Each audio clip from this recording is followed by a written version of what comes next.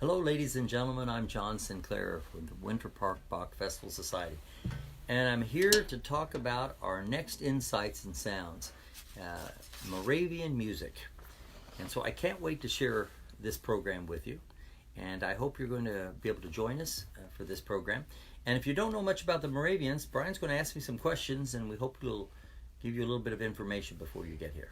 Well, John, that's a great segue into our first question. How did you get involved with the Moravians? Kind of an interesting story on this. So I was over at the Congregational Church digging in their music, and I ran across a piece of Moravian music, and I didn't know anything about Moravian music. And I started looking at the piece. I sat down and played through it and really loved the work. Then I found out that the very first Bach festival in this country was started by the Moravians, the Bethlehem Bach Choir that was started, I believe, in 1898. Even older than us. We're the third oldest continuous running, and they're the first. And so I looked at the music, wondered if there was any more of this music, because there are a few pieces there. I happened to pick up the phone, found where the Moravian Music Foundation was, picked up the phone, called. It just happened to be maybe the first week that our guest, it's going to be here this week, we'll talk about, was the executive director of the Moravian Music Foundation, Dr. Nola Reed Knaus. And I basically asked a loaded question: do you have any more music like this? And she said, you need to come and look. So I went up to Winston-Salem and looked in their archives. And oh my gosh, it was a treasure trove of music. And there are three basic archives. There's one in Bethlehem, Pennsylvania, one in Winston-Salem, and also one in Herrnhut, Germany. And I know there's lots of other collections of Moravian music, but those are the three big ones. So I thought, well, we needed to do a program honoring the Moravians' contribution to Bach Festival. So we had a program at the Bach Festival. I did half the program was Moravian music. And then my association continued. I edited a few pieces of music for them, and I have since conducted a number of festivals for them. As a matter of fact, the one in 2021 will be my 7th Moravian Music Festival, and I just adore working with the Moravians and with their music. Well, that's terrific. That's certainly more than I expected you to share. So that's a nice background on the how the event came to be. Tell us a little bit more about the Insights and Sounds program as a whole. Tell us what that means when we say Insights and Sounds. Well, Insights and Sounds, we started a few years ago, and the idea was to make classical music accessible. And that means not stuffy. You're not going to have an orchestra in tuxes. We're going to probably be in shirt and slacks. The choir the same way, not overly formal. The music, though, we take the music making seriously, but we don't take ourselves very seriously. So we have a great time talking about the composers, about the music. It's dialogue. There's time for questions. In other words, it's almost like a lecture recital of sorts, and we always try to make it enjoyable and fun. Oh, terrific. Let's say you're not as familiar with classical music, or let's say you're more familiar with classical music. What can you get out of this? Well, what you're going to find with this music, with the Moravian music, you're going to find some terrific music. But I was looking through the program in preparation for visiting with you today, and I started looking at all the composers' names. And it occurred to me that I could tell you about each of the composers, and it wouldn't mean a thing to you because you're not going to know any of the names of these composers. I'll give you a few. Francis Florentine Hagen, David Moritz Michael, John Antes, Christian Gregor, and maybe the superstar of Moravian composers, at least who I think is Johann Friedrich Petter. Once again, not household names, but their music will sound very familiar to you. And what does it sound like? I'm asked that often. I think that if the closest composer that you know the most of their music that he sounds like is Haydn. If you know Joseph Haydn's music, it's going to sound familiar. I also hear a little tinge of C.P.E. Bach in there too. So it's got that kind of Germanic flavor to it. So that is what you can kind of expect is a classical era. But the Moravians kept writing beyond the classical era. That's when they came here. So you'll hear a couple pieces of Moravian music from the Romantic era as well. Terrific. So we do have some special guests singing on the program. We have Caitlin Moore, who's a Rollins professor. Mm-hmm. What makes her so special and such a good fit for these pieces? Well, Caitlin Moore's a wonderful singer. That's the first thing.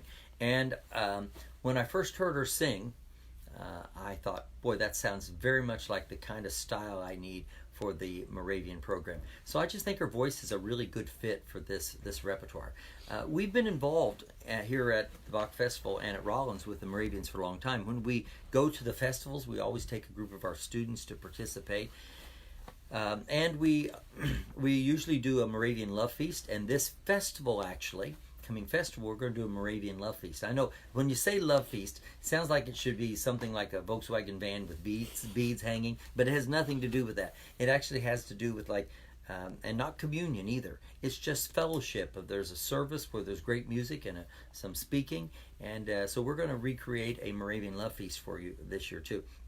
But Caitlin's voice is a perfect fit for this kind of music, so it just was natural. Is there a particular piece that the Bach Festival is going to be performing on this program that you're especially fond of? Well, you're asking me again to pick my favorite child, so I'm not sure if I have a favorite. But I will tell you, most of these pieces, of course, I've done over the years at their festivals. But some of them are quite spirited. Throw Wide the Door has got kind of a raucous feel to it. I like that one. Such a lovely piece on how beautiful upon the mountains. One that I just really like. The Morning Star in Darkest Night. We're doing two of them. We're doing one with a solo with Caitlin and another one by a composer named Hellstrom, a composer that I don't know. I've never conducted, to the best of my knowledge, any of that Moravian composer's music, but it's a beautiful piece. And the last one we're doing is Sing, O Ye Heavens. A few years ago, gosh, can't remember how many, maybe 10, 12, 15 years ago, Bach Festival did a recording of Moravian music, and we've since done two others, and we're going to be in the process of doing another Moravian recording this year. So this is music that many of our people who've been in the organization for a while have become familiar with. And what I would really need to, well, we have a knock at the door. Let me deal with the knock on the door. Okay, I'm back. That was a student who didn't know I was doing the Facebook Live, so sorry for the interruption. So I have to admit that my love for the Moravian music is that I love this era of music, and I really like the devoutness and the sincerity of this music. I love that it was such important music in America's history. I found this little quote I thought it'd be worth reading to you.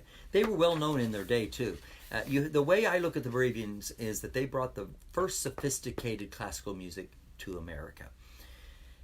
They were the first ones to do the big major works, B minor Mass. They were the first ones in this country to do. They did Haydn's Creation not too many years after Haydn performed it overseas. So they were the first in many of America's great classical works. But they were known in their day too, and I wanted to read you a quote by Ben Franklin. Ben Franklin would go and listen to their concerts as other American dignitaries, and here's what Ben Franklin wrote in his autobiography in 1788. I was at their church where I was entertained with good music, the organ being accompanied by violins, oboes, flutes, clarinets, etc. Was astonished with the delicious sounds of all the Italian concerti, but my surprise was still greater on entering a room where the performers turned out to be the common workmen of different trades, playing for their amusement. Still in the Moravian heritage, there's a love for making music, and when you attend one of their church services, they love to sing. I love to be around people who love to sing. But in addition to the importance they played in American music history and in music history in general, which is hugely significant, and the thousands of great pieces of music they have, they are just delightful people. They're wonderful people. They're some of my very favorite people to be around. I love making music with them. I love working with them. It is a real joy to be a part of the Moravian community. Well, John, that's a great to hear. And you referenced a recording that's coming up, but we do have an older recording of Moravian music. We do. Is anything from that?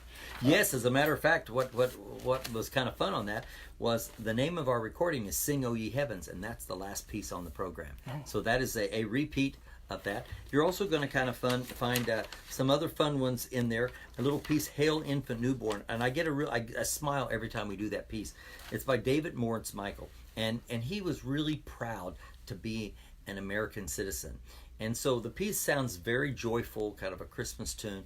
And then at the end, all of a sudden you hear him reference the piece Hail Columbia. He throws a little Americana in the end of the piece, and you have to listen closely, but I'll bring it to the attention of the folks as they listen to that.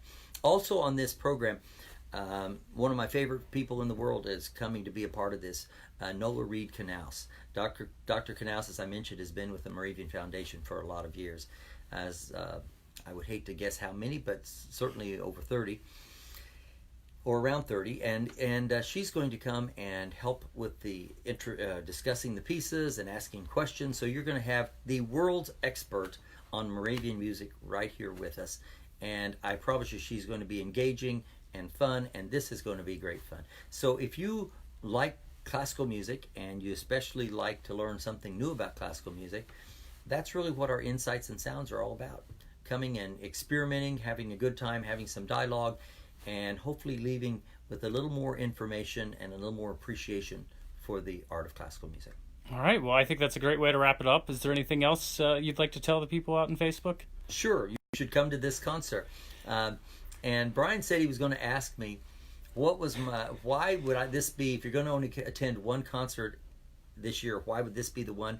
And the answer is, I can't pick that one because it's my favorite child, but you don't want to miss this one. You also don't want to miss any of our others, but this is one you don't want to miss. You're going to have a great time, and I promise you, you're going to be inspired by this wonderful music. All right, well, come see us on Thursday, November 14th. November 14th. All right.